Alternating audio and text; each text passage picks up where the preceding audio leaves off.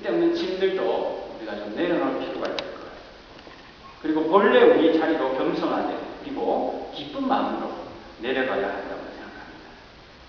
본래 우리 자리라고 하는 것은 그리고 본래 우리의 모습이라고 하는 것은 이미 말씀드렸듯이 하나님의 세상 구원 역사, 그 구원 역사를 기뻐하고 찬양하고 그 구원의 완성을 기다리고 그것을 위해서 기도하고 그리고 그 구원의 내용을 부분적으로 우리 안에, 우리 교회 안에 구현하여서 인바디, 우리 안에 그 하나님의 구원의 모습을 실제로 이루어서 이 세상에 보여주는 그런 작은 공동체, 그것이 교회의 본래의 자리요, 본래의 모습이요, 위치라고 생각합니다. 하나님께서는 교회 안에서도 일하시지만 분명히 교회 밖에서도 일을 하십니다. 하나님은 믿는 사람들을 통해서도 일하시지만 믿지 않는 사람들을 통해서도 일하십니다. 하나님은 감나교육을 통해서도 말씀하시고 돌들로도 아브라함의 자손이 되게 하시는 분이기 때문에 이 세상의 모든 것, 모든 사람, 모든 사건, 모든 발명들, 모든 역사들을 통해서 하나님은 이 세상을 만들어 가시고 이 세상을 마침내 종말의 완성을 향해서 이끌어 가십니다. 그러면 이렇게 생각한다면 2번과 같이 하나님, 세상, 교회 그런 패러다임으로 우리가 생각할 때 교회의 모습은 조금 더 구체적으로 어떻게 될까? 그런 것은 제가 말씀드릴 수 없겠지만 그냥 상상을 한번 해봤습니다. 저는 교회가 그런 사고방식을 가질 때 첫 번째로 무엇보다 지금보다 훨씬 겸손해지고 또 훨씬 더 가볍고 훨씬 더 명랑해지고 훨씬 더 명랑해지고 훨씬 더 잔치 분위기가 나는 그런 작은 공동체들이 될 것이라고 생각합니다. 아주 큰 소리치고 허풍 떨 필요가 없고 또 정부기관들이나 사회단체들이나 다른 여러가지 그 사회운동들과 경쟁할 필요도 없다고 생각합니다. 우리가 겸손해지고 우리의 자리로 내려오는 순간 우리는 가벼워지면서 수많은 동지들과 친구들을 발견하게 될 것이라고 생각합니다. 다른 종교들과 경쟁할 필요도 없고 다른 교회들과 경쟁할 필요는 더더욱 없다고 봅니다. 큰 건물들을 설계할 필요도 없고 복잡한 제도와 알쏭달쏭한 우리가 이해하는 한 신조는 중요한 것이지만 알쏭달쏭하고 이해할 수 없는 한 신조에 매달릴 필요도 없다고 봅니다.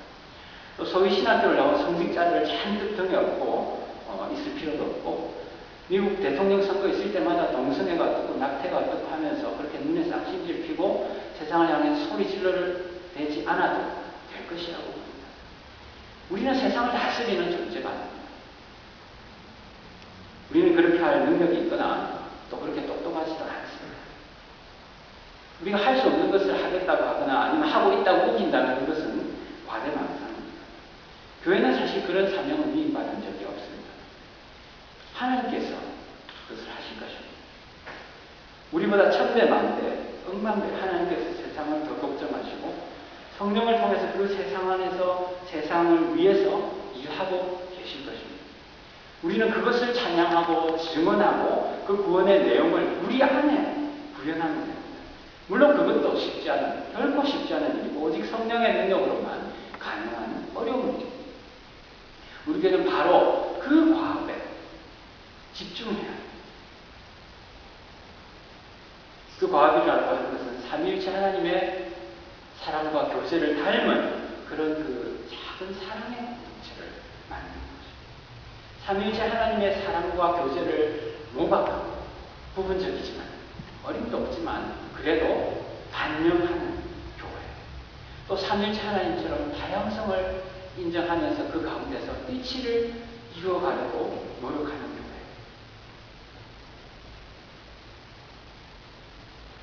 그리고 그 가운데서 사랑하려고 했으면 교회. 그런 공동체가 되는 것이 우리의 과제고 우리가 하는 선교이고 세상을 향한 우리의 설교이고 또 하나님을 향한 우리의 성령입니다. 혹시라도 우리 속에서 부분적이나마 그리고 일시적이나마 만약에 그런 모습이 실제로 구현되었다면 우리가 예배 속에서 신교실에서 밥 먹으면서 교회 학교에서 소풍 가서 성가대 활동하면서 여러 가지 봉사 활동에서 신교실 부엌에서 설거지하면서 과자회하면서 여러 서구를 모임에서 수련회 가서 교회의 크고 작은 여러 가지 활동과 행동들 속에서 우리가 그런 것을 느꼈다면 사실 우리는 뛰듯이 기뻐하고 감사해야 합니다. 여러분 어떠십니까? 그런 우리 교회의 방금 말씀드렸듯이 그러한 우리 교회의 모습 속에서 그런 것을 느끼셨는지요? 일시적이나마 부분적이나마 감히 그 삼위일체 하나님의 사랑과 교제를 조금이나마 반영하는 그러한 사랑의 모습을 우리가 느끼고 있다고 느끼셨는지요? 만약에 그렇다면 그것은 우리 가운데 계신 부활하신 주님이 우리 가운데 계신 것이고 부활하신 주님의 성령이 우리 가운데서 일하시는 것입니다. 그렇다면 우리는 우리같이 작고 미련한 사람들을 통해서 하나님의 마침내 이 세상 전체에서 하나님께서 이룩하실 그 구원의 내용, 그 위대한 구원을 반영하는 작은 교회 공동체를 이루어 주신 것에 대해서 뛰듯이 미친 듯이 그렇게 기뻐해야 마땅합니다. 그것이 바로 지금보다 훨씬 겸손하고 가볍고 명랑하고 잔치 분위기가 나는 교회 공동체의 모습이다. 저는 그렇게 생각합니다. 그런 작은 교회 공동체의 그런 작은 공동체를 이 세상의 눈으로 볼 때, 일본의 시각에서 그런 작은 교회 공동체를 바라볼 때, 그것은 제가 생각할 때는 미래의 교회 공동체의 모습이고, 교회의 새로운 형태이고, 미래에 나타날 교회의 모습들이라고 생각합니다. 그것을 일본의 시각에서 그런 교회 공동체를 바라보면 한심한 것이라고 생각합니다. 초라할 것이라고 생각합니다. 하나님 교회 세상의 방식에서 볼 때는 그것은 문제입니다. 큰 문제입니다. 그러나 저는 교회의 초라함이 문제가 아니라고 생각합니다. 오히려 그 초라한 모습이야말로 사실은 우리가 회복해야 할 우리의 본래의 모습이라고 저는 역설적으로 이 초라한 공동체를 통해서